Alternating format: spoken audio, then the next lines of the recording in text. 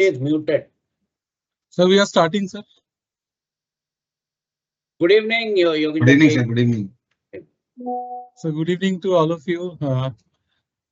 We are starting the webinar series on global sustainability opportunities, Gulf perspective. We are doing this with our International Affairs Committee and Sustainability Standard Board. And today we are starting the first webinar series titled Pariniyati.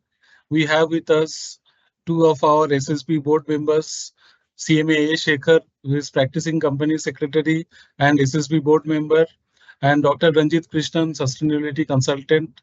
Before we start the formal introduction, we start with an auspicious note with our institute's anthem. असतु मा सद्गमय तमसो मा ज्योतिर्गमय मृत्युर्मामृतं गमय असतो मा सद्गमय तमसो मा ज्योतिर्गमय मृत्युर्मामृतं गमय असतो मा सद्गमय तमसो मा ज्योतिर्गमय मृत्युर्मामृतं गमय.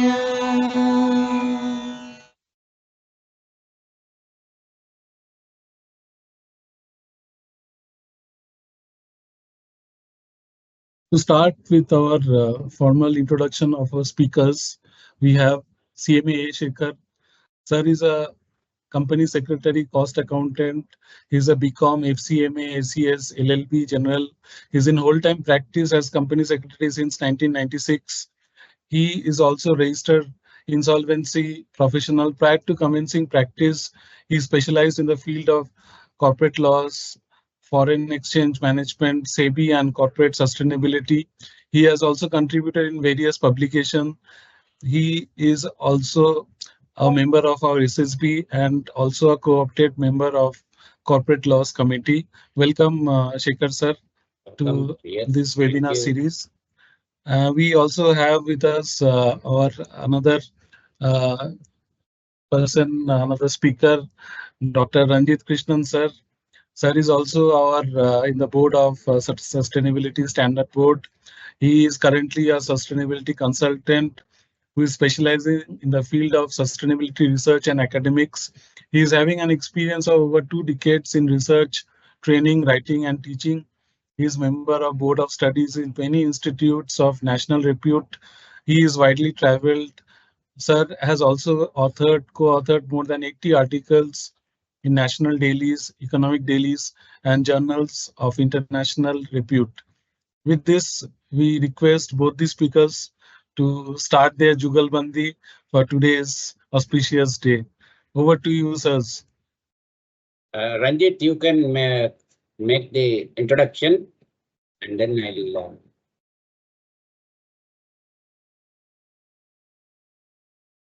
Thank you, Deependu. A new dawn. So I would like to start with a good morning because we are going to talk about opportunities. We are talking about the sunrise in the area of sustainability. Imagine about an area which is moving from non-renewable energy to renewable energy. Imagine about an area which is moving from fossil fuels industry to other varied segments in terms of service and manufacture. And that is what we are talking about. We are talking about the GCC, that is the Gulf countries. As you all know that, the human beings have used the fossil fuels or using the fossil fuels much faster than it is expected to be used. We are using it for all the transport, travel, aviation, and many other related, even to have a generator functioning at our office or something like that, we are making use of the petroleum products and all those things. And it is depleting day by day, considering the fact that it is fossil fuel. So when you are moving from a fossil centric approach or a petroleum centric approach to the highest level of industrialization, we speak about various factors like carbon footprints and all those things. And when we speak about carbon footprints and all those things, there comes the relevance of sustainability. And that is what we are going to speak today. The Sustainability Standards Board is getting regular requests and views from the members as well as the other professionals to have an overview about the opportunities in the areas of sustainability, both in India and abroad. So that is the reason why in our recently concluded Sustainability Board meeting, it was decided that we will have the country specific discussions. And to march ahead in this direction, we have started with taking up the neighboring country, that is the GCC countries, that is the Gulf nations first. So here we will be talking about the areas of sustainability, why sustainability is needed, the importance of sustainability, what are the opportunities. There are predominantly two different types of opportunities. One is in terms of consultancy and another is in terms of execution. Okay, plenty of opportunities are there in almost all the countries. They are self-sufficient, needless to mention. It's not that they have to depend on other nations. They are very much self-dependent. But as a good Samaritan and as a neighboring country, how can we contribute or guide them or assist them in the areas of sustainability or join hands with them? We have, when it comes to sustainability, understand the fact that we have a lot of things to learn from the GCC nations. Similarly, GCC also can take some key points from India also. So, when we have a bunch of advantages, also there are some sort of disadvantages also when it comes to sustainability.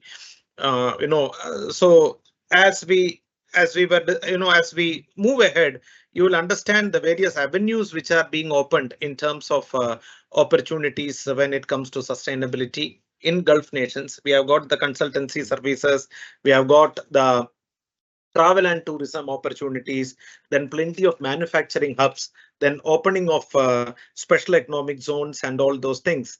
And it is with a lot of advantages. What are the advantages which we can find there when it comes to this business opportunities? We have the strategic location when it comes to GCC. It's a strategic location both for many countries. Take the case of United States, take the case of India, take the case of any other neighboring countries. It is considered as the vital and strategic location. Extremely business friendly policies, lot of opportunities in terms of access of capital, and fundamentally a very strong legal framework and its implementation. And most importantly, simplification in terms of opening of business models. For example, simplified company formation. India also, no doubt about it, but nothing less than India. You have the simplified mode of company formation, tax competitiveness, then safety and security, high quality of life with sustainability, innovation and technology focus, and most importantly, the sustainability focus also. Okay, now when it comes, we can speak about plenty of advantages. It ranks high in terms of ease of doing business. Remember, the Gulf nations, be it UAE, be it Qatar, be it Oman, high, it ranks high. Then has free zones at strategic locations and offers tax and customs duty exceptions for the business. Having said that, with a lot of advantages, it is not also free from drawbacks. Two drawbacks immediately I can speak about at this point of time is, the impact of global warming, climate change, and all those things.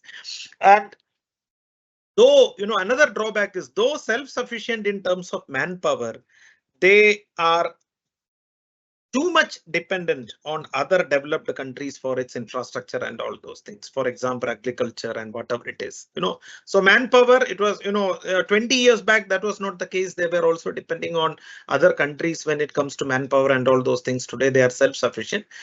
So at this juncture, we are looking at how India can contribute for, sustainability related opportunities, how cost accountants, rather than how India, what are the role and scope of cost accountants in contributing to the sustainability approaches for various countries.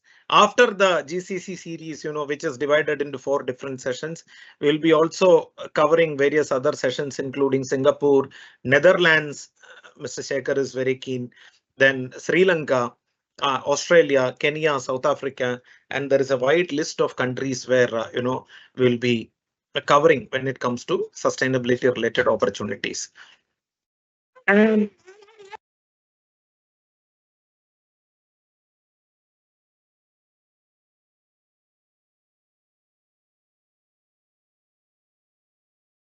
sorry for the inconvenience. Yeah. So this is what is in nutshell about the opportunities of opportunities for sustainability. And I must tell you that cost accountants as a professionals are always in the forefront when it comes to the sustainability related activities, be it in India or abroad. Take the case of the BRSR or climate finance or reporting or assurance and all those things. We have cost accountants who are taking keen efforts and interests, and most of the companies are the role models in terms of implementation of sustainability practices much before it has become a regulation. Regulations are in place today, but we have seen their sincere approach towards sustainability way back, maybe 3 decades, 4 decades back. So this is what is there in nutshell, which I would like to give as an introductory remark. And Mr. A. Shekhar will take us through various aspects of the sustainability, particularly in GCC countries, the profile of GCC countries, the economy and economics of GCC countries. He has made a clear-cut bifurcation. Yesterday he was discussing about the economy of GCC as well as the economics of GCC, which we will get to listen today. Over to you, sir. Thank you. Thank you, Ranjit, for a rather, I would say, a brief and elaborate introduction. It's very rare that I can use 2 words which describe completely different thing, but that is what you have achieved. I think you have set the ball rolling in the right direction. So I made some PPTs. Yeah, Yes. your video is not visible. Kindly unmute. Video. Okay. Yeah. So that's what I was saying. So given this introduction, the challenge is there before me to deliver a presentation which is relevant for today's discussion. So I'll just share my screen, and there's a quick presentation which I would like to share with you.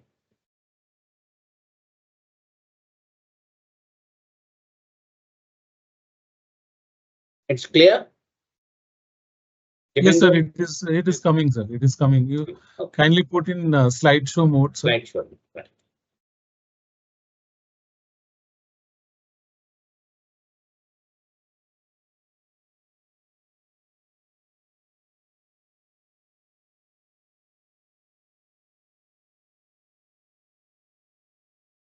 Yes. So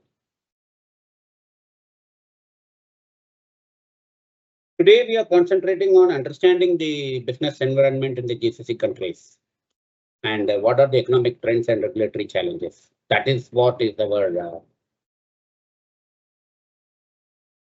portion today.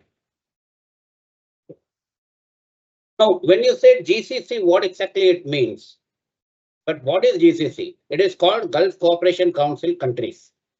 So what is the nature of this cooperation? It is a initiative taken at regional level, intergovernment level, meaning governments of each of these countries are a party to this cooperation understanding. It is political, and it is also economic union, where there are a lot of economic decisions are taken jointly in order to ensure that their interests are protected. Basically, it consists of 7 countries, but we are talking of 6 because I think Iran is not part of this GCC.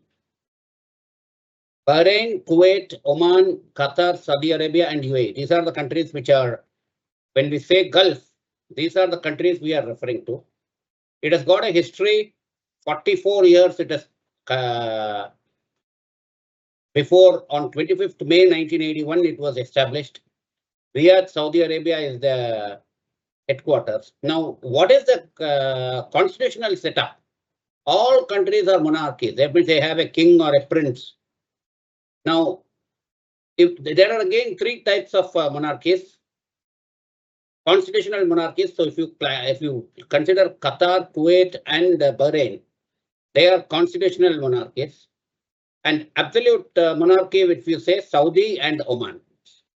And then you have what is called as a federal monarchy, and UAE is a federal monarchy, which means there are more member states which constitute United Arab Emirates. 7 member states, and these 7 member states are absolute monarchies headed by an emir, and they all put together constitute a federal monarchy. So this is the way the structure of UAE is made up. Just take it. Now, geographically, if you want to see how what are these countries, I just shared a map here. These are the countries, and this is their location. As far as we know, if you have to go to UAE, you have to cross the anywhere, any of these Gulf countries, you have to cross the Arabian Sea.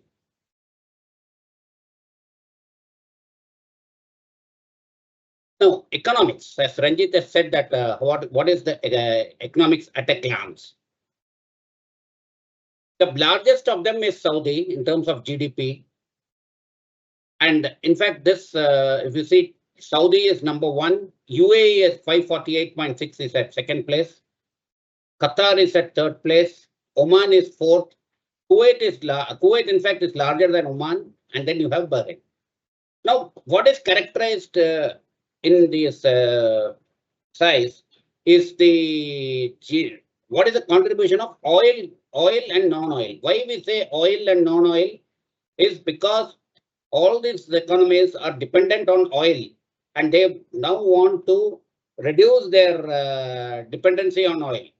So that's the trend which is happening because their oil resources are somewhat dwindling, and they want to ensure that their future is sustainable. So they are also diversifying into other areas.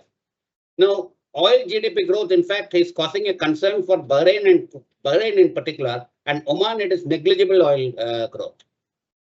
Saudi, UAE has got some growth, but this growth is not fueling the GDP growth. It is minimum contribution. Non-oil GDP growth, the UAE is leading. UAE has taken a number of initiatives in a number of other areas, which we will be touching upon. And Bahrain is taking a lot of initiative on the non-oil sector. Ranjit, Bahrain is on what areas? You can, because you know Bahrain very closely. Yeah. One thing which I think we must understand here is, all the Gulf nations, the GCC Council countries, I must say that they are very successful in terms of convergence from switching from the, a fossil fuel centric country to other areas.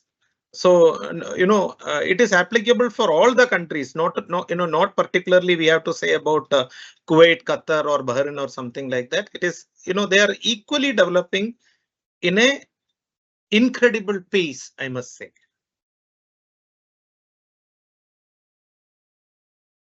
Okay. But this is indicative, this oil and the non-oil growth, and that part is indicating Bahrain is negative in oil. And so that's why it has clearly taken steps to address that scenario. All other countries have also done that, but Bahrain, the need has been bigger. In terms of population, if you see, the Saudi is the largest and the UAE is the 2nd largest. But see the expat residents. Saudi is less compared to the others. UAE has a large component of expat residents, 74%. So this, in fact, is like it is an opportunity also, but at the same time, it's from a sustainability point of view for the local residents. They are a minority. In Qatar also, 76% are expat. So their way of life, they should also be a part of the growth story. So that is very important issue for sustainability for the GCC countries. Unemployment rate, Saudi being the largest of this thing, has a high, still it has got a high unemployment rate. Very interesting, Qatar, among the richest nation, which will also be justified in the later slides. Oman is on a higher side unemployment. And then if you see the numbers living in poverty, Saudi again leads the thing. And it is their target. They have set targets to reduce these numbers to manageable level. Saudi is followed by Oman as the second largest in terms of poverty, that one. But see UAE, among the lowest when we compare it with the other nations. So this, I think, would have given you an idea as to how they compare with each other. But it is a healthy competition which is happening there. But at the same time, they are mindful of the regional commitment, right? More than healthy competition, it is a healthy approach of moving together. Right. Yeah, that is, because when it comes to GCC, one thing which we have observed, probably from any of the statistics or any of this thing, it's more of a cooperative approach rather than a competition between the countries. Right. So it is not like some of the cutthroat competition which we have between certain countries. One-upmanship. That is not there. They work together. And I mean, in a way, we can say it is as strong as the European Union. We can, yes.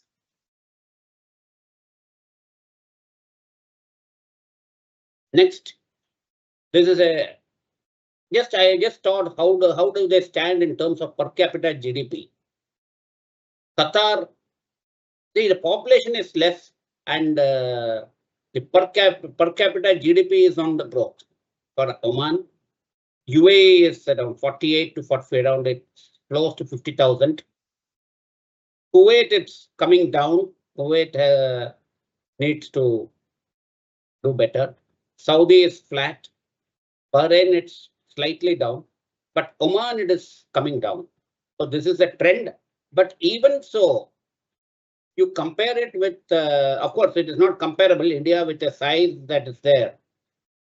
It's the population will, the higher population will pull down the per capita GDP.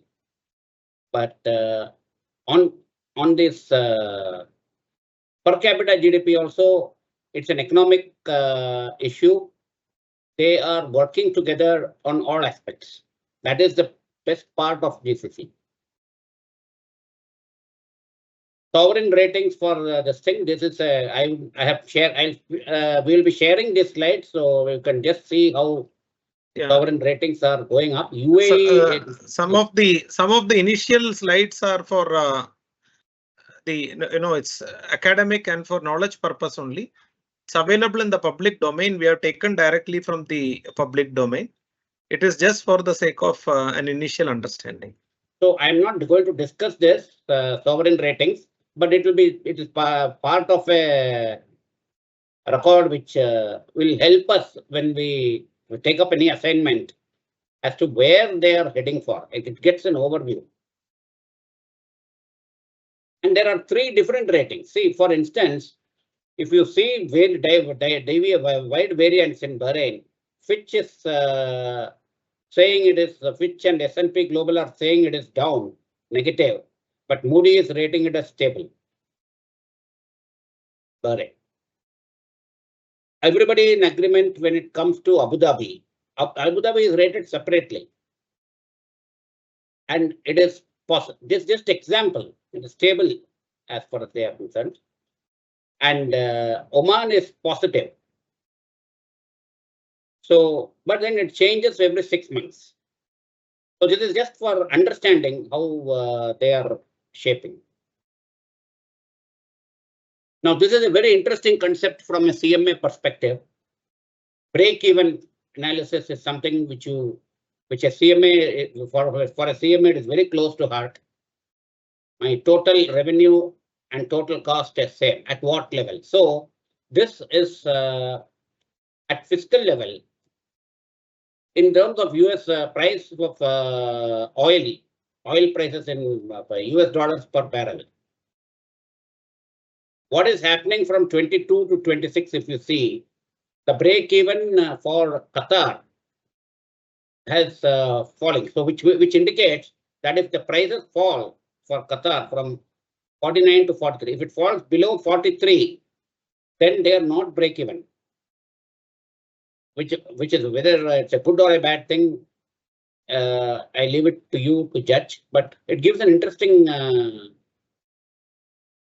analysis that what they have achieved is something which is really great. Bahrain, it is going in the reverse direction.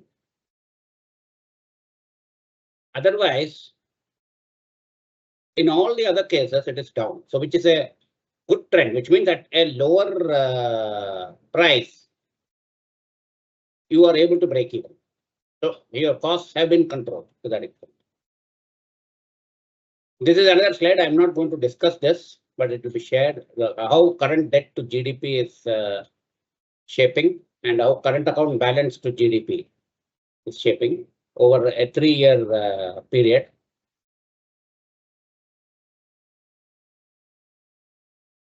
Saudi current account balance is negative, which is a cause of concern. -4 is the forecast for 2025.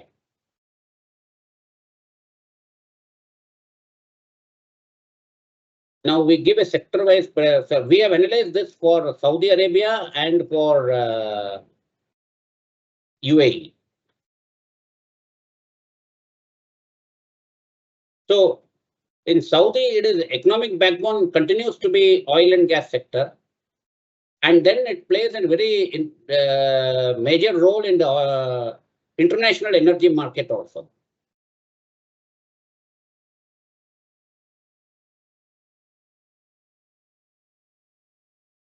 It has got a manufacturing and industrial sector, and Saudi government wants to reduce the reliance on oil. So implementing diversification initiatives. Saudi is quite large geographically. So locational decisions, etc., are also part of the whole thing. So there is a very good scope for CMAs as such in manufacturing and industrial sector in Saudi. Petrochemical industry connected. It's a vital part of Saudi's manufacturing landscape, and major contribution to economic growth has come from there. And infrastructure, real estate, construction, supporting projects. They also have a lot of contribution to Saudi's manufacturing and industrial sector. And as Ranjit was highlighting, this is a sector which Saudi is trying to push in a very big way. Finance sector is rapidly expanding. New opportunities for investment, job creation in Saudi is happening. Tourism is on the rise nowadays. And Saudi is taking all efforts to promote its cultural heritage, natural attractions. So normally one knows Saudi when you say Riyadh, Mecca are the names which come to our mind. But with their efforts, they are trying to expand tourism to a different level. Ranjit, can you have an idea about what is this? Yeah, Saudi? true. Yeah, true. No, not only Saudi, in fact, all the GCC countries, including including Dubai. You have this Dubai Fair and all those things during the what do you say, summer, and they also have lot of tourism attractions considering the seasons also. Some of the tourism is there in the winter and all those things. But many a times the stumbling block which they face is the global warming. But they are trying to Right. come out, for example, now if you take the case of sports and all those things, global warming is a big challenge, but they are trying to make huge indoor stadiums to, to cover up that crisis. So, except the global warming or climate change crisis, and not only global warming, one more problem which they are facing in terms of the tourism is the, change or delay or preponement or postponement of the normal climatic conditions and all those things. For example, late winter, late monsoons and all those things. So that is a challenge, and they are trying to, come up with alternatives to mitigate those tourism challenges. Now, education is another focus area, other than finance sector and tourism. Education is something on which they are. Education is actually a focus in terms of business opportunities. Because what is happening is many of the foreign universities, particularly from the Europe, Australia and all, India is also not an exemption. Some of the big B schools or some of the institutions are having their presence in Dubai and all.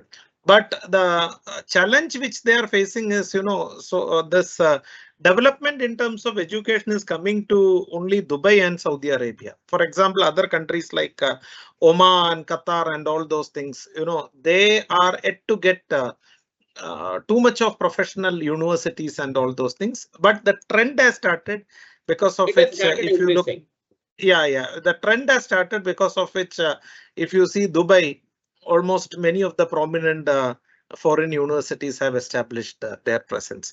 And it is reason is two. Earlier, the citizens used to go to those countries to have their education. Now things are changing. Those universities are coming to places like Dubai and all, where they can take the formal higher education. And what is happening for smaller countries is they don't have the numbers to show up. So when any of these educational institutions try to diversify into set up shop in smaller countries, the scale becomes a problem. But that advantage you have in UAE and Saudi. So Saudi is taking proactive steps on this education sector. In times to come, we will see the difference. UAE is known to is already leading the pack, but Saudi is taking steps.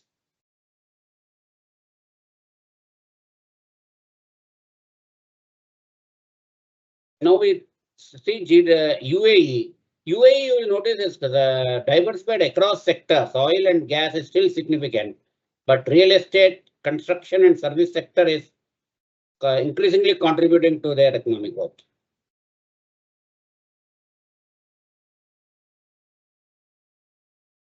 Now, oil and gas sector continues to be an important component. Revenue and employment opportunities. It is still the mainstay for UAE, but they want to reduce their dependency on oil. So renewable energy, Ranjit were highlighting the importance of renewable energy. There are more investments coming up in this line, and dependence on fossil fuel to be reduced is a target almost for every country. And sustainable practices, adopting that with global standards and commitments. This is important for UAE.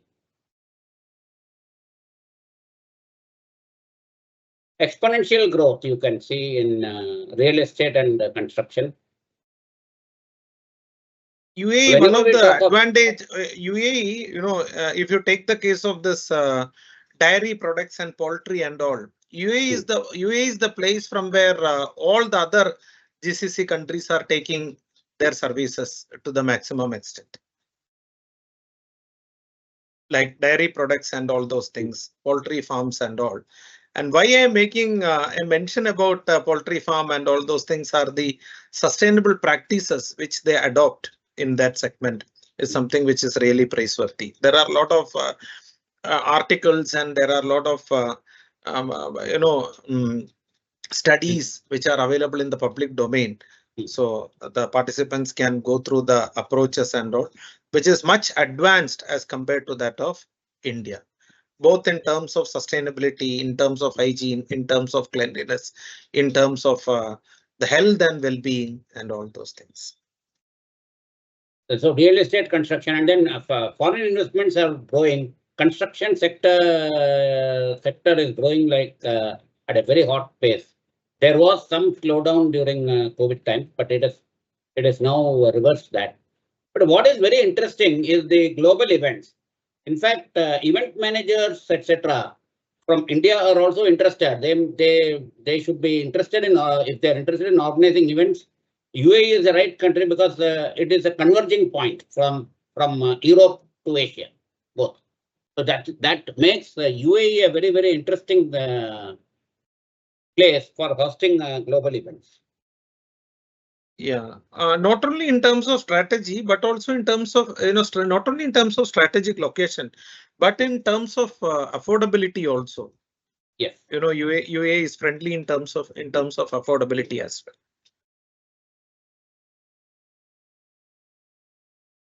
And of course, this service sector, finance, tourism, and trade opportunities. In fact, there is a special economic free trade zone, etc. These are all efforts to make UAE as a global trading hub. International trade commerce is also helped by this. But this is a major development in service sector. UAE is doing extraordinary work. We have been discussing about various sectors like finance sector, tourism, education, trade opportunities, and many other previous slides which Segar sir was talking about. But the chief contributor for all these growth, or the chief contribution for the acceleration of all these growth, we have not mentioned, that is the effective utilization of artificial intelligence, which is much advanced as compared to many of the even other UAE, developed countries also. In fact, if you take the case of UAE and if you take the case of Saudi and all, they are very effective in making use of the artificial intelligence in an optimum manner. In fact, it is to this extent that I read somewhere in one article that AI robot is a director in a company. So that is the extent. Now, how far that is effective or thing is a big question, because normally we would feel that decision making is a human being's domain, but key decisions at the board is influenced substantially by robot. Because wherever we are, we can't think about business or we can't think about sustainability without effective artificial intelligence. Right.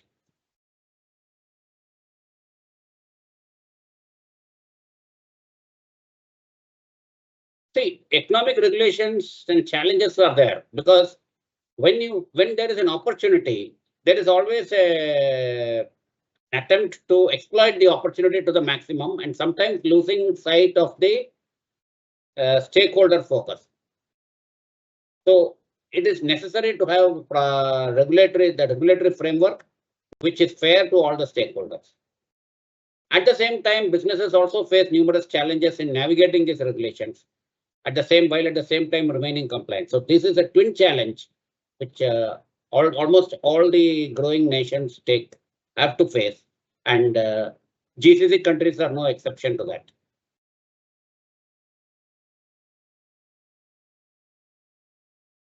So economic diversification, which I highlighted earlier, that is very much necessary because they want to reduce their dependence on oil and yet have a sustainable growth over for the future. Trade policies for the non-oil sector is an area in which there can be regulatory hurdles. So how to overcome that is a challenge. And how does regulation ensure that the ease of doing business is promoted while at the same time the interest of all the stakeholders are protected? So there is a necessity to reconcile the ease of doing business with the stakeholder expectations.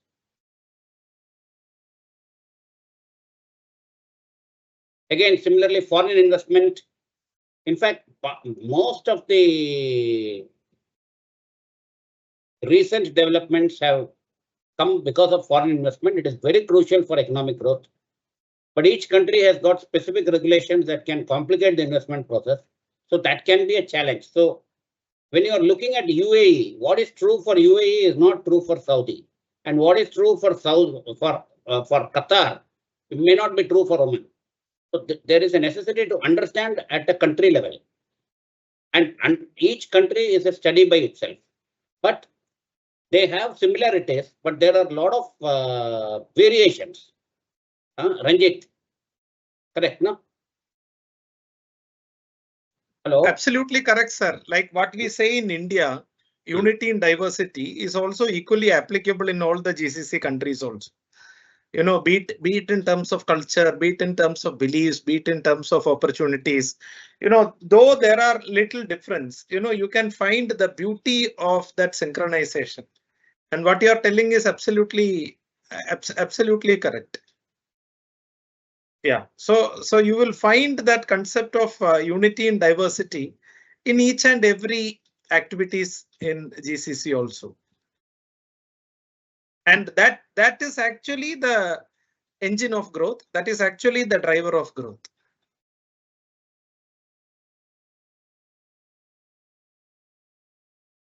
Financial sector faces different types of challenges. Compliance with international standards. Money laundering, we know in India how much concern it is. So that is true even for all the GCC countries. And each of these countries are in different stages, you know. Like UAE may possibly be more successful in addressing money laundering concerns. But the same may not be the case with some other GCC country like Oman or something, because their exposure to international standards may be slightly less. And then financial transparency, building trust among the investors. This is also a very major fact.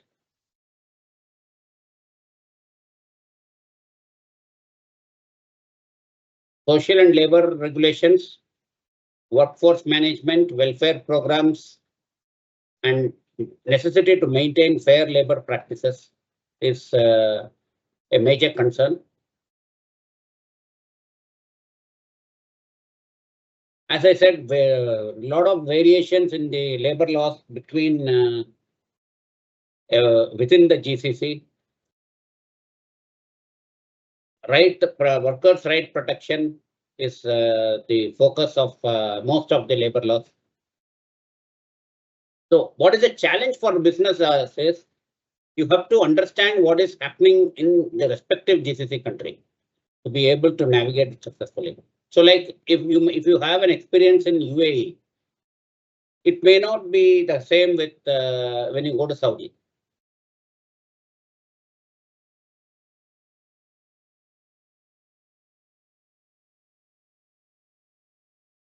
Then their social policies and welfare programs are developed in order to enhance the quality of life for their citizens.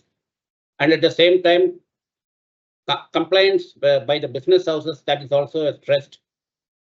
And their compliance is very, very crucial for strengthening the quality of life. And public entities' responsibilities are making a significant role.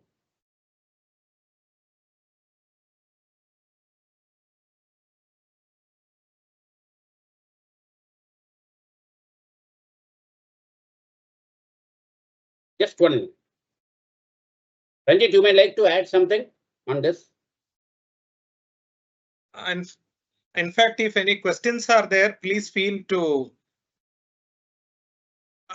interrupt at any given point of time. In fact, it was decided by me and Mr. A. Shekhar to have more of an interaction rather than going through a conventional PPT mode.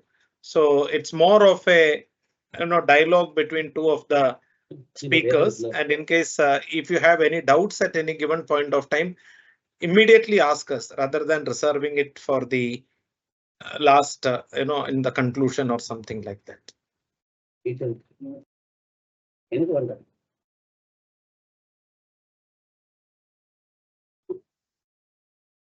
Yes, shall I go to the next slide? Yeah. I had to attend to something urgently, that's why the break.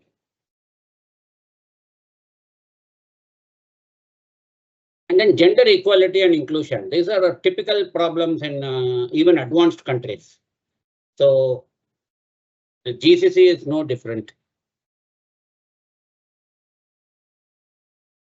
Gender equality at and this thing, cultural and physical barrier. This is still under, in progress as far as work in progress as far as GCC countries are concerned. But even within the GCC countries, they may be at different levels of progress.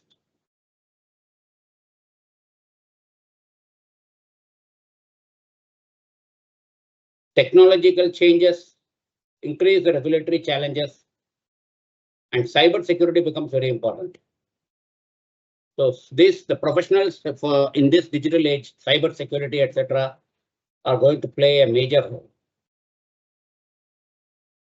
So one is that what are the challenges? There should be promotion of innovation, because that is a sure way of achieving growth within industries. Compliance challenges, balancing the growth, right balance between regulation and innovation, and also taking care of data privacy, which is a very, very major concern among all the regulators now. Must be, if you are seeing what is happening globally, EU has already passed the laws for their data privacy. India is also in the stage of the rules are going to be notified. It's going to become a major aspect in the regulatory framework in the digital age.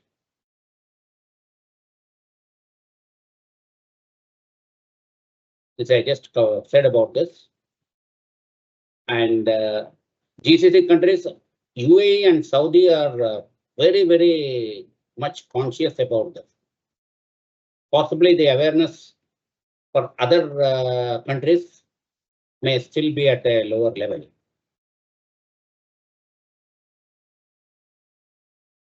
And cyber threats. There are a lot of evolving cyber threats which are happening. And it requires regulators to be vigilant and also ensure that prompt changes are made to tackle this cyber threats in a proactive manner. Otherwise, we may end up with a reactive approach. So India has got this expertise. So Indian professionals who are in the cyber security space have a lot of opportunity in these GCC countries. And why GCC? In fact, almost all the countries, including United States, are liberally taking the support of Indian professionals to, safely deal with the cyber security initiatives.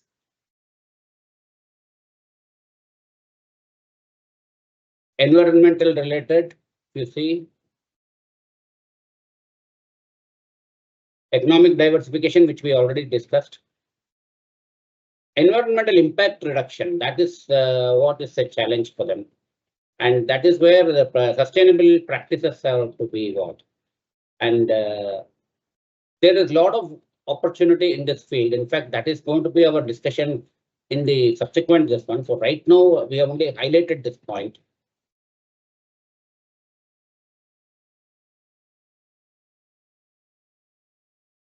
The ecological challenges of GCC countries are of a different nature. So that and it is a question of desertification. It's by most of the geography is desert. There is water scarcity and there is biodiversity loss. So this requires robust environmental regulations. And the SDG, Sustainable Development Goals, we are having detailed discussion subsequent in the later stages. So right now we are not going to talk about that. Tomorrow. Yes. So, but we must appreciate here when a lot of these environmental challenges are there. If you look at the GCC countries, they were much ahead in terms of even India also when it comes to the reuse and recycle. See, they had the affordability of not to reuse. They had the economic affordability of not to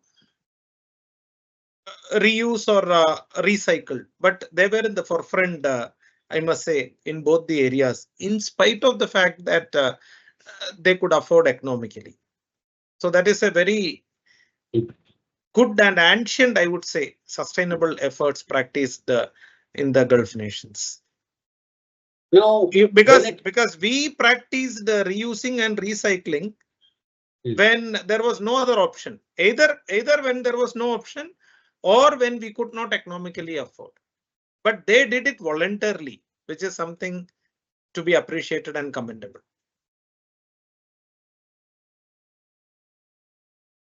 Now, when it comes to sustainability, ESG, etc., I have just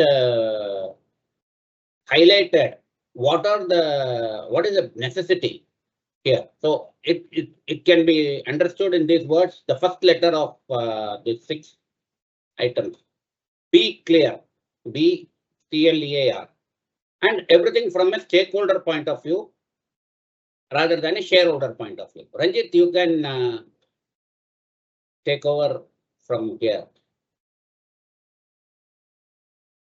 In fact, this is one of the favorite slide of Shekhar sir. In fact, I have seen him discussing in detail because this is an eternal slide, or the contents, where, whenever there is an avenue or talk of sustainability, this slide is very, very relevant. So first of all, when it comes to sustainability, we have to understand the business. Because take the case, one banker was recently asking me, sir, we are not into manufacturing or something like that, then how sustainability is important?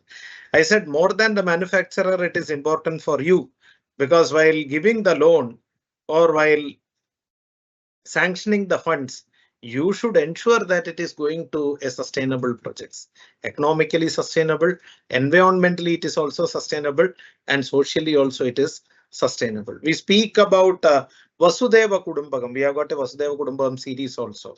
And in India, we speak about Vasudhaiva Kudumbakam. What it is nothing but taking care of society at large. When we speak about society, what? Taking care of society, taking care of its ecology, taking care of environment, taking care of well-being, taking care of its stakeholders, taking care of each and every component and living being of the society. And after doing that only, we should think about business. When we clear these parameters of taking care of society and environment, then we can think about business. Why? Then only the business will be sustainable. Then only the business will be everlasting. Then we should have the common sense, right? And what is common sense? It is not possible to have industrialization or industrial development without carbon footprints. You can't live in a world where you can say that, we don't want carbon footprints. At the same time, we should also have industrialization. It is not a real life concept. It is next to impossible. So we should have that common sense. Okay, how we can develop the industry with less carbon footprints, or how we can reduce the impact of carbon footprints. Can you imagine business or industrial development without carbon footprints? That is the reason why, in order to reduce the impact of carbon footprints, we have got this free zones and all those things. So we should have the common sense and we should have the logic to understand, or we should, more than the common sense, we should have the wisdom to understand the difference. Okay, then economics and economy, we have already seen. In fact, if you see this world, the heavyweight alphabet, I would always say, is E. For generations, be it economics, be it environment, be it electric, be it electronic, and be it environment, everywhere, there is an impact or influence of E. And economics is not an exception. And of course, the regulation, the governance part, which is something which is very important. Everything has to be governed. There should be a rule, there should be a set of principles. Wherever we go, we speak about guidelines, we speak about principles and all those things. So it should not be, we speak about this AAA model of compliance, right? AAA, which, you won't find in books, but what is that? It can be the apparent compliance, it can be the adequate compliance, or it can be the absolute compliance. What is this apparent compliance? No compliance. No compliance. Adequate compliance means what? Complying for the sake of compliance, but there also no compliance. We are just fulfilling the criteria. Okay, 50% attendance is required, we are fulfilling. But it should neither be apparent, it should nor be adequate also, it should be absolute. Right? If you take the case of ESG, if you take the case of BRSR these days, the good thing is companies who are not supposed to report this year in terms of market capitalization also are showing keen interest to report. Shekhar sir, like yes. BRSR Light and all those things. Right. Some of them are not expected to report in the coming 5 to 6 years, but they are reporting. Voluntarily they are reporting. Yeah, voluntarily. Some of them as a practice, they are doing it. Agle saal karne ka hai, next year or next to next year we have to do, then why not at this point of time? But there are, surprisingly, there are some companies which are, not even in the coming 5 years, unlikely to report or unlikely for a need to report. They are reporting. What is that? That is absolute compliance. That is our commitment towards society. That is our commitment towards the stakeholder. So when stakeholders are protected, when the society is protected, when the nature is protected, nature and environment has got the strong power to react. It can react favorably or it can react unfavorably also. If your approach is vital and good, you will also get a favorable response from them. Now, the major problem, we are talking about artificial intelligence, we are talking about electronic and all those things. The crisis which we are facing globally is the disposal of electronic waste these days. There are no, unfortunately, there are no comprehensively or scientifically concluded best way. There are good ways. There are no best ways to dispose the electronic waste except the recycling and refurbishing. But we are not interested in refurbishing at all. And not that all the parts can be recycled also. What is the problem? Now, if you take the, unknowingly or knowingly, we are also a participant in this electronic waste improper mechanism disposal. I'll tell you how. Take the case of a clock. We have got a wristwatch clock here behind. Now, when we want to change the battery, okay, we are as a, we are as a discipline mechanism, we are throwing it in the dustbin. But we really don't know where this battery is going.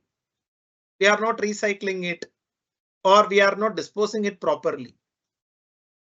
We have completed our commitment. We have not thrown it anywhere, but we are throwing in the dustbin. We have to really see whether there is any proper way of disposal of those electronic waste. I'm talking about a very small incidents. This is a micro example. Then imagine the consequences of macro approaches, particularly e-waste and all those things. We had altogether a different example of ocean dumping. It was totally from an economics perspective, ocean dumping.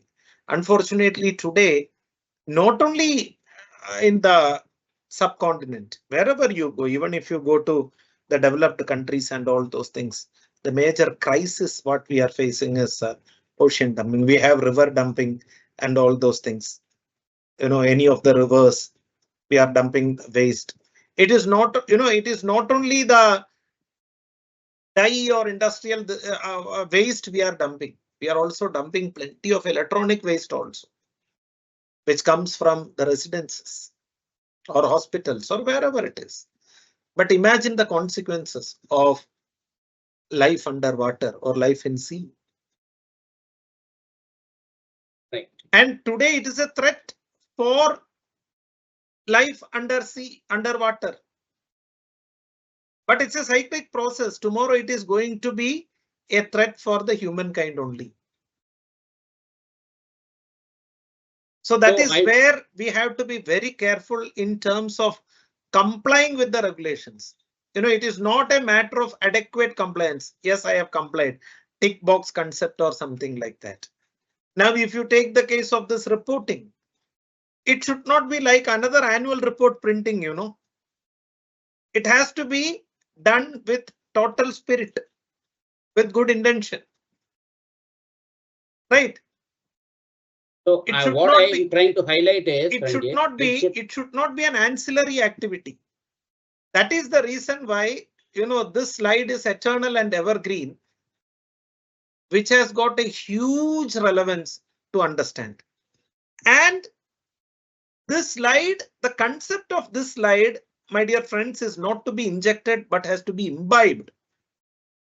And I'm sure that you will take maximum benefit of this slide. Thank you. In regulations, I would just like to supplement. We should look at substance of the regulations rather than the text of the regulations. It's important, but you have to look at substance. What is it that you are achieving by complying with the regulations? Many times it is a practice to say, oh, which rule it says like this. I have complied technically with the rule, but in substance, I may not have complied. And that is the biggest challenge in the stakeholder perspective. I'm going to the next slide. Again, this is, we use these terms, triple bottom line accounting, ESG, sustainability. But what is it that concept means? Clarity is required. So we have tried to put it, in 3 bullet points. People, planet, and profits, that is the TBL, triple bottom line, profits as per GAAP, plus E and S of the ESG. Now, G is not part of TBL. So that's the highlight. Then, when you talk of ESG, profits is not part of ESG.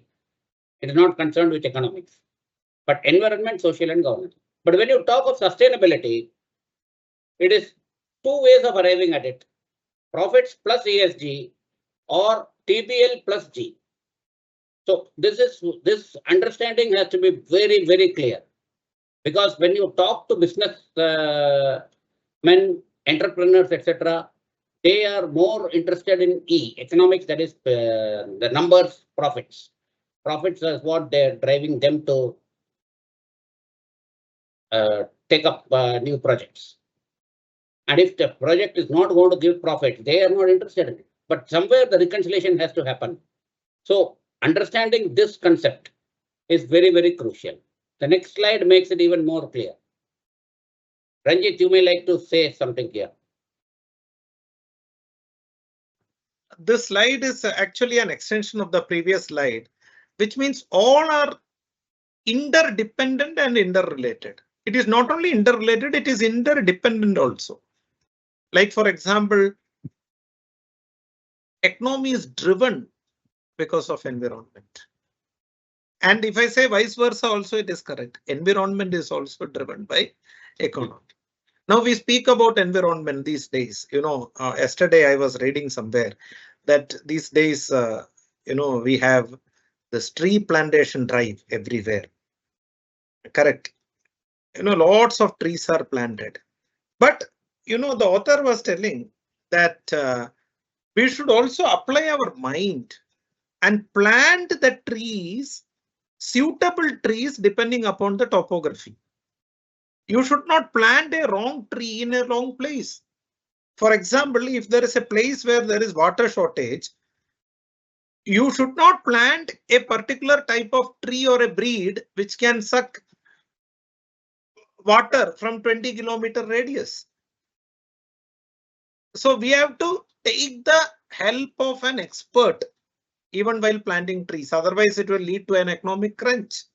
I'm talking about a very small example. That is the reason where, the professional expertise has to be taken. We can't just go as per, what do you say, a half-baked or half-cooked knowledge, which we assume to be correct, but may not be correct. Same thing happens with, social. And even if there is an interchange of economy, environment, and social, the position change, it's okay. But always the governance will be last. Correct? Yeah. If governance is first, probably there is no need of taking care of all these things. So here there is a question. When the first three parameters are fully complied, what is the need of being governed? The need of governance arises because the first three components are not done in an absolute manner. It is done in an adequate manner for the sake of compliance. Right. Yeah. There is a story probably you might have heard that when you want to offer a bowl of milk to God, somebody thought that when all others are offering milk, why we should waste our money in buying milk? We can offer water. And later they realized that not only they, all others thought in that direction and all offered water in place of milk, assuming that the others will offer milk. A story which I have learned during my school days. So first of all, we have to lead from the front when it comes to governance, when it comes to environment, when it comes to, and it starts from our home. It's not starting from our office. It is not starting from our society. It starts from our own home. Small steps. But at the end of the day, huge result. The thing is, all said and done, we are talking about, opportunities and all those things. But the ultimate objective is handing over this universe and globe safely to the next generation for their enjoyment and living. Whatever good things we are doing, more than us, the next generation will be the real beneficiaries. So just like our ancestors have handed over, good or bad, we have to sit and think. We are reaping the benefit of that today. So our responsibility should be so conscious that, we should be handing over this universe and world to the next generation safely so that they can also live happily. We speak about ozone layer protection and all those things, depletion and everything. Correct. So we know that there are crises and issues relating to ultraviolet rays and all those things. So see what happens if somebody has cut the trees many years back. Replanting those trees today is not a solution for it. But at least we are trying to safeguard and protect. Right? What we are doing, say for example, there is a heavy leakage or there are heavy rains. We are on a temporary basis trying to cover it. What will happen? For half an hour, 1 hour, or for that particular season, we will be saved. But there will be some corner of the same place where leaking would have started. So the best way is to concrete it and safeguard it once for all. So our initiative should be in that particular direction, which should be highly sustainable in approach and not momentary. That is the significance of this particular slide. Economic, environment, and social. I would say, if you ask me to, Segar sir, if you ask me to maintain a sequence, I will maintain it as environment, social, economic, and governance. ESCG or E squared SG. No. Economic should be third in terms of its sequence. ESCG. Yeah. First should be environment. Second should be social. See, if environment and social factors are complied, then only we can enjoy the economy. Right. Then only we can enjoy the economy. Correct. It's a byproduct. Right. Then only we can enjoy in a sustainable manner, and then we can move to governance. Now, in whatever sustainability efforts which are happening, this realization should set in, and then it is easier to navigate. Yeah. So that's why this slide is important. Probably some of the attendees sitting here may be thinking that why all these things are relevant when it comes to GCC countries or something like that. No, you are mistaken. We can't directly speak about any country and its opportunities or something like that. Life is not that easy where you get everything in your fingertips. No, you have to imbibe all these things. Whatever may be the age, sometimes you may be youngster. Sometimes there may be members who are extremely senior also sitting here. But we have to follow and we have to imbibe all these qualities. And this is not applicable only for GCC countries, right? There is an approach. Youngsters, I have seen, their first job and they will be very lazy. And what they will say? I will improve when I get a better job. That improvement never happens. But if you improve with limited infrastructure, there is a good chance of getting a better opening immediately. You cannot lay conditions. Pehla aisa hone do, then we will think of changing. No, it will never happen. And wherever we go, we are going to have a series. Apart from GCC, we have other series also.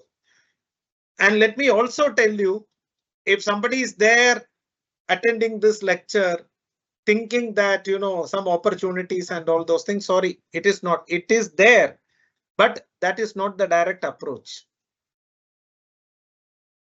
We are just trying to create an awareness about various avenues where you can explore.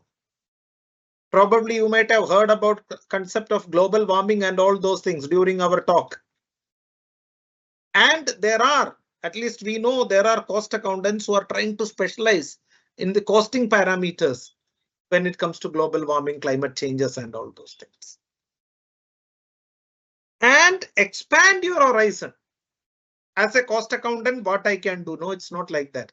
As a cost accountant, you have huge potential. Huge potential. In fact, some of the governments are asking the professionals, like how you can contribute in terms of sustainability. Professionals, including cost accountants and all those things. How you can contribute in terms of sustainability. Yes, we can. And how? It is not from a scientific perspective. It is something relating to science. We don't know about environmental laws and all those things. No, it's a comprehensive approach. It's a team effort, right? It's a team effort. So you have to take care of those areas which is coming in your horizon only. You know, if you really want to think out of the box and go beyond the discipline of your study, you are most welcome and you will be successful also, no doubt about it. But those who don't want to take, for example, Mr. Shekhar, whenever any new concept is there, he tries to go beyond the discipline of his study and take up that opportunity. You know, such type of people will be very less. That he is doing out of his interest and passion. Some of them would like to try to establish based on what is their academic acumen. So focus on that area also. You know, you will get success in that direction as well. Yes, Ranjit. Dibindu is there? Yes, sir. Yes, Hello? sir. Tell me, sir. No, so we have another because we can present the remaining part of this Yes, slide. yes. We can take questions now. Yes. Just run through the other slides also, sir, so that any important slides I can share my thoughts. What we can do is there are 10 more slides. We can just take run it up through that because some of them may be very relevant. Like you can just run through those slides. The need and scope of sustainability in GCC. Yeah, you may go ahead. Yeah. Next. So these are the basic environmental issues and challenges. Yeah, air this pollution, is common. Yeah, you can go ahead. So, sir. Yeah, next slide. Air pollution, water pollution, habitat degradation, and climate change impacts. Yes. So these are the impact of activities on the environment. Yeah, this is pertaining to GCC only. So you please focus on this. So oil and gas sector is continuously facing the impact of this environmental challenges. Please go to the next slide, sir. I think that is very relevant because that is exclusively pertaining to GCC countries. Yes. So as Ranjit had highlighted, renewable energy projects. And what are the avenues in renewable? Solar and wind. Now, solar, because these GCC countries have excellent sunshine for most of the year and very limited rainfall. That is actually their advantage as well as drawback. Yes, but that can be converted into an advantage by going for more solar projects. And this will directly contribute to dependence, reducing the dependence on fossil fuel. Waste management strategies, Ranjit had discussed in detail the importance of that, and this is going to be very important for minimizing landfill. Sir, one thing which I would like to highlight here is, the way in which they are taking, viewing this SDGs. Tomorrow, of course, we will discuss also. So they are actually tagging each and every SDG to the activities which they are doing, sir. And properly documenting it also, which is something which we have to learn. We are also doing, no doubt about it. For example, if you refer to the Niti Aayog website, our states are also doing. But, we have our own limitations being a very big country and diversity and all those things. They are more effective in doing considering their less volume and all those things. And conservation efforts protecting biodiversity is another area.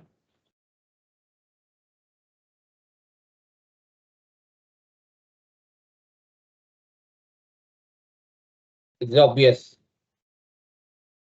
Resource management, and this is an area for CMA.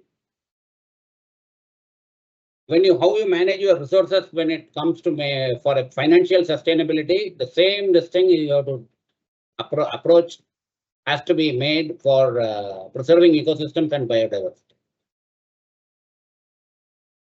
Effective resource management can help ecosystems and enhance biodiversity. That is the thing to be remembered. And economic benefits, job creation. You see, when you pursuit of sustainable practices, there will be a lot of job creation in various sectors, and this is going to be there in renewable energy and green technologies, particularly. Innovation boost. See, when it comes to job creation, there are two types of job creation. One is consultancy and another is execution. Right. So Correct. job creation does not simply mean that you will have to relocate or something like that. No, there are a lot of opportunities where you can have, you can offer a consultancy services sitting in India. Today, if you look at the IT services, which is, most of the, projects of prominent companies also, that also in developed nations, sitting here in a city of Bombay or Hyderabad or Bangalore, we are doing. So such type of job creations have opened their doors in every field, and sustainability is not an exception to. So in the area of sustainability also, there are a lot of job creations, but that does not mean that you need to relocate or something like that. Or of course, there are opportunities which are. But let me also tell you that like any other area, the growth also will be gradual only. It's not like a magic where because your experience also matters a lot. Yes. Your experience also matters a lot. On a fine day morning with having a professional qualification acquired from a from an excellent institution alone is not going to give you an opportunity. It is not the sole parameter. Your qualification is not the sole parameter to get an opportunity. Your qualification is one of the prominent parameter to get an opportunity, be it consulting or be it execution. But the problem which again, I have seen faced by professionals is they are not keen in getting into an assignment where execution is there.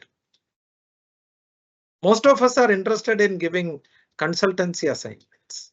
No, I think we should start with execution and then move to consultancy. It should not happen the other way around. Many, after doing execution for some years, after doing consultancy for some years, you cannot do execution. But the other way around is possible. You have to gain tremendous experience in execution and then get into consultancy. Am I right, Shekhar sir? Yes. And what happens here is that sustainability is initiatives are such that the commitment matters a lot more in sustainability than in any other field.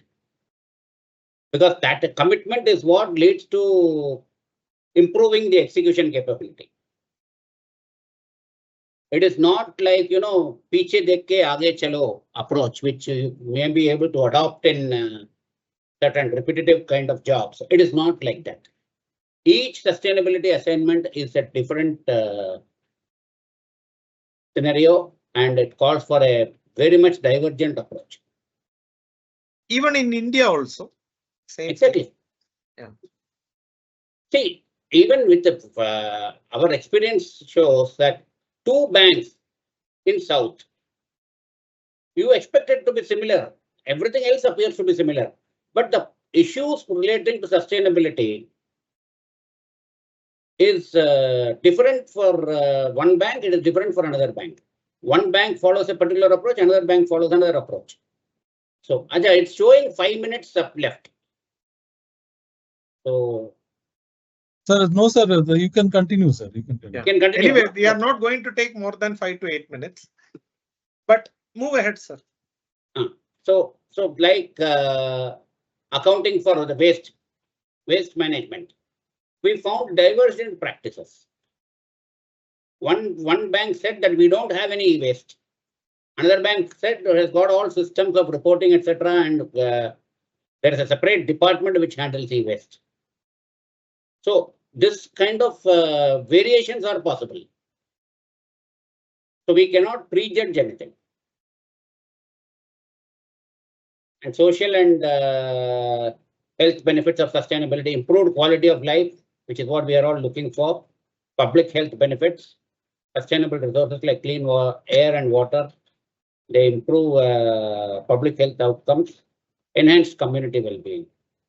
So these are all obvious, doesn't need further.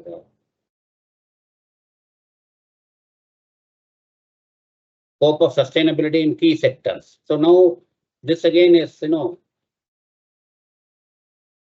renewable energy, See, There's a great deal of this is a shift actually, from a non-renewable to renewable energy. What a classic example, other than GCC we can cite, sir. From a non-renewable source of energy, again we are going to be the hub in the energy sector itself, but renewable and sustainable energy. Yes. And huge role to be played by cost accountants, I must tell. Correct. Huge role. And huge role. And similarly in urban development and architecture also, like public transport, eco-friendly architecture, green spaces.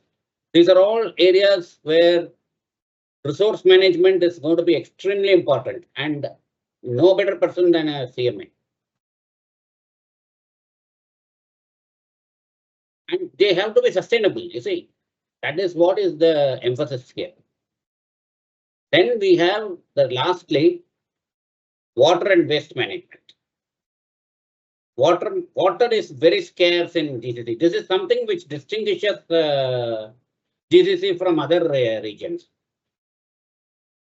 In fact, I think Saudi has got a desalination plant for drinking water. They are using seawater, removing the salt, and so for them, water is management of water is extremely important. Very efficient use of this resource is required. Recycling innovations, reduction of waste, and of course waste reduction techniques. Basically, we are looking at also circular economy, which is a different concept. I don't know how far it is developed in the GCC. Might be interesting to see in subsequent sessions. But for the time being, actually, in fact, in a tough fought cricket match with a nail-biting finish, I still remember the interview with the captain by the commentator. So he asked, it was a very tough fight. Till last moment, there was this thing that who will win. But what the captain told about that match was something which is very interesting. We had the first 5. The reason for success was we had batsmen who could bowl, and we had bowlers who could bat. So you have the CMA qualification here, but you should also develop the other acumen also with pertaining to sustainability, environment, and society to be successful in this area. But as sir said, each and every assignment, is very new and novel. You will not find anything monotonous. He was talking about 2 examples of the same industry, which was totally different in terms of approach and the way in which they looked at sustainability. Okay, you will also come across many such segments when you are working, but you should work with that open mind of, so when you do the execution, you should also develop the sense of responsibility also and ownership. And when you have developed that acumen, probably there are a lot of opportunities. So the main purpose of this particular series, is not only to highlight about the opportunities about some particular country or something like that, but also to attract the young and senior cost accountants to come more and more into the area of sustainability. And there is no dearth for opportunities, when it comes to sustainability. Only thing is that you will have to identify the area of specialization. For example, some of us will be interested in assurance. Some of us will be interested in reporting. Some of us will be interested in climate finance. Some of us will be interested in, the costing impacts of global warming. Imagine there are plenty of areas which a cost accountant can take up. It's not only assurance, or it is not only, and also, some of you, the huge responsibility in terms of research also. So there are multifaceted and multi approaches in terms of opportunity. Only thing is that it is grabbing the opportunity. Correct. Similarly, if you again draw the example from cricket, there are players who started their career as bowlers, eventually they turned out to be opening batsmen. Similarly, there are batsmen, there are players who started as batsmen, eventually they became notable, world noted bowlers also. So that opportunity is there. You should have the right approach to pick up. So you should not work only with knowledge, but with vision and wisdom. And that is what I would like to say when it comes to opportunities. I would again like to reiterate, be clear. CMA, be clear. Be clear. That in short summarizes the.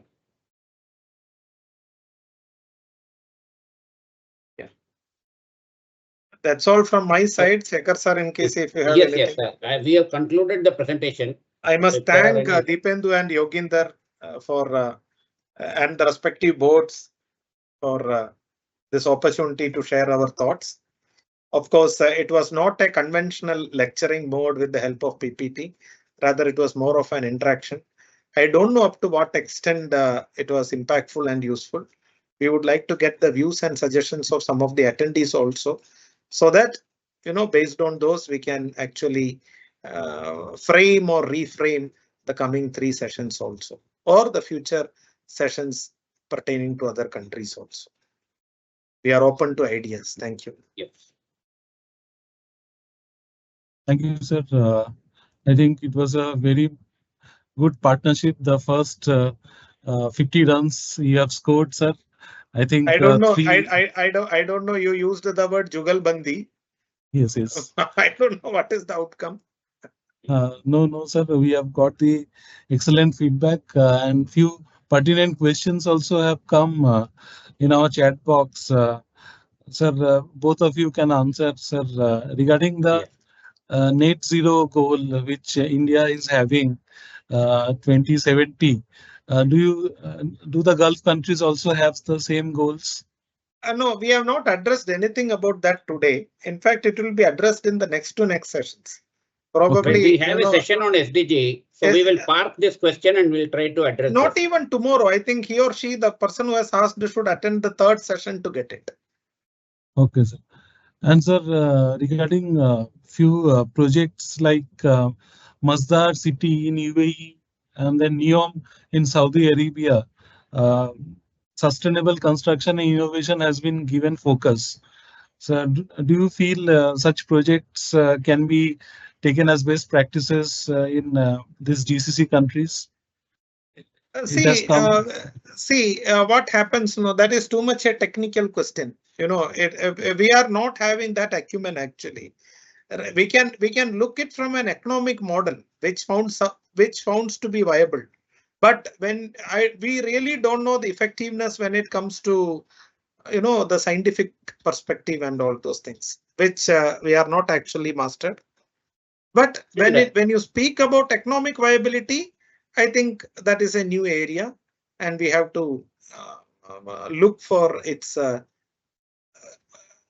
growth trajectory actually. Sir, another question has come, a new concept has come, cross-border green economy. Do you think GCC countries has imbibed such, or do you feel these SMEs or cooperatives can tap this cross-border green economy concept in a larger scale in GCC countries? Can you repeat the question? Sir, this cross-border green economy. This concept. No, to be very frank, I am hearing it for the first time, this term. Okay. But what is that? Cross-border green economy. So right, sir. We will do some research, and by the end of, we'll park this question, and by the end of this series, we will try to get some answers. Right, Ranjit? Yeah. Sir, in case of solar, wind, hydrogen energy, there are various upcoming investment projects in Gulf. Can you throw some light in the upcoming sessions one of the attendees has requested. Yeah, yes. in fact, why upcoming sessions, even today also, you might have heard about its coverage. May not be in sequence, but in bits and pieces we have covered a lot. But no doubt, in terms of coverage, in terms of citing examples and all those things, we'll be going back to the said sector again and again in the coming 3 lectures. So one of the Like we spoke about the difference between renewable and non-renewable energy, and when we were speaking about the successful convergence of GCC from non-renewable to renewable, we have given ample focus there, I think, Shekhar sir. Yes. So, but he has also raised about hydrogen. Now, hydrogen we have not So touched as about, and when we discuss that, probably in SDG and all those things, we can give emphasis there. Right, sir. Sir, regarding cost of living and disposable income. No, we will not answer that question. That is, sir, so because it is a relative term. Okay. Sir, I think, and I think we should not answer such type of questions. Yes, sir. Sir, I think our next session would be covering maximum areas in which our questions have come. I think tomorrow we have another session where this global warming and climate change aspects will be, I think, focused, and SDG, as sir told, parameter wise and country wise, it would be discussed. I think maybe we will wait for tomorrow. Another thought-provoking session is in the pipeline. And with this, we thank both our speakers for giving their thought-provoking session. And as sir told, the cricket partnership is the most important thing for scoring runs.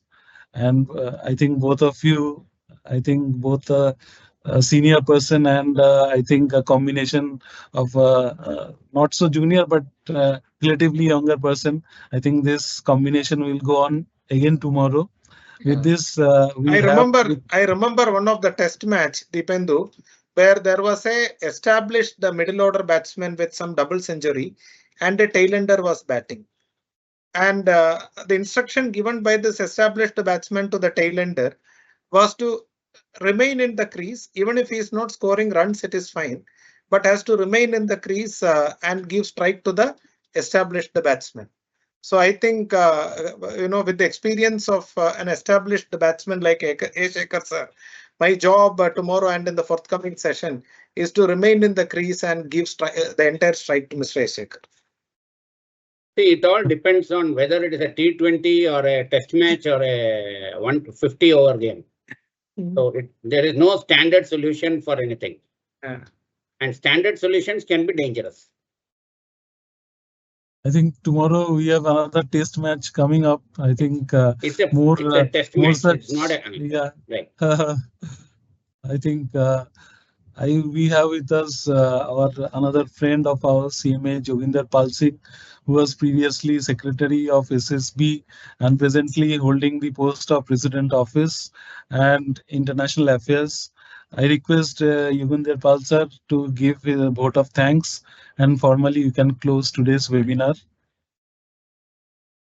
Over to you, Joginder ji. Thank you, sir.